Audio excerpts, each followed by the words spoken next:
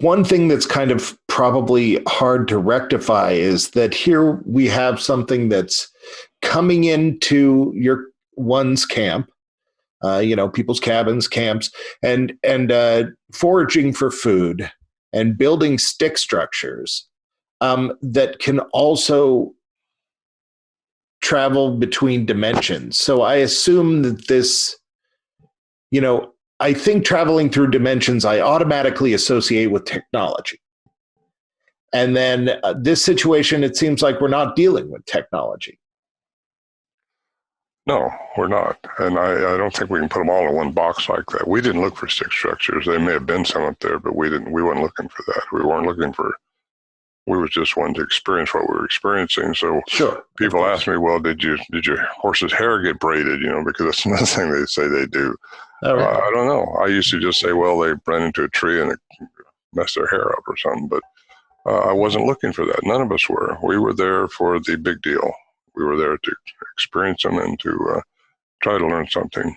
Well, I guess what I'm trying to ask is, how do we suspect that they are achieving the traveling from one dimension to another?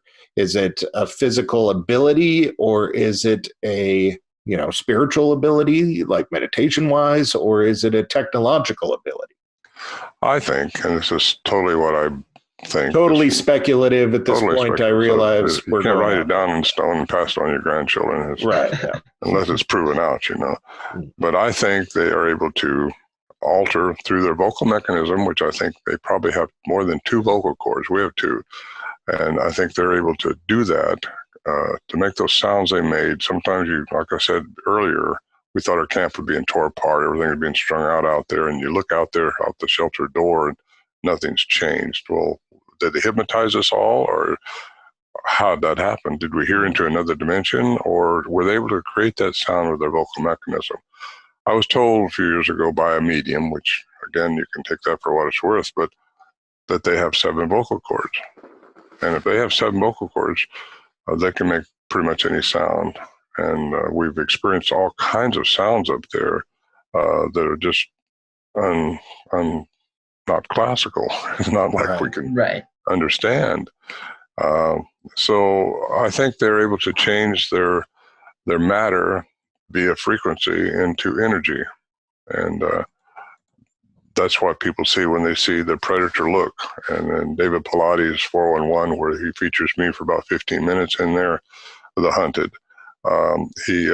He shows a lady, after my segment, there's a lady who experienced that same thing. And I know some people that have experienced that too. And it's like you see I've talked to a lot of people that said this.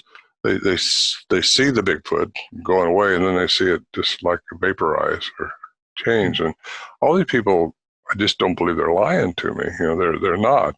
I know personally some of these people, I know they're not lying. They've seen, at least they think they saw what they're telling me. And there's a way that can happen. And it's through, I think, the 4th dimension, and they're probably seeing the plasma field, depends on the temperature. And once you get out of the 4th dimension, which is time, light, I think they have to go together, time and light. And before you get into the 5th dimension, that's also where I think people see ghosts. You can see it if the temperature's right, and it's usually at nighttime when the vibrational frequency is down. Our frequency changes at night too. That's why the witching hour is like 3 o'clock in the morning, something like that. Earth's frequency changes. The Schumann resonance, I think, says the Earth is 7.83 hertz. That's the frequency of the Earth. And our frequency, if you get into alpha state of awareness, is right at that same point. And you drop off from the beta state that we're in now, which is total awareness, and you get into the alpha state, which is just relaxed, not analyzing things, and just you're drifting off, but you're not asleep. Then you go into the theta state, which is sleep. And that's where Tesla said he got a lot of his answers to his questions. Is when he comes out of his sleep, he'd write them down, because you get a lot of answers in that other dimension when you're not trying to analyze things with our 3-dimensional environment with your eyes. So, And that's fun. This is fun talking about this stuff, isn't it? I do it at least once a week. I do it every day. I was on another program this morning. I got another one day after tomorrow. It's fun, you know. It is, and it makes exciting. It makes me wonder. Welcome to the radio, Wasteland. Hello, my darling. Welcome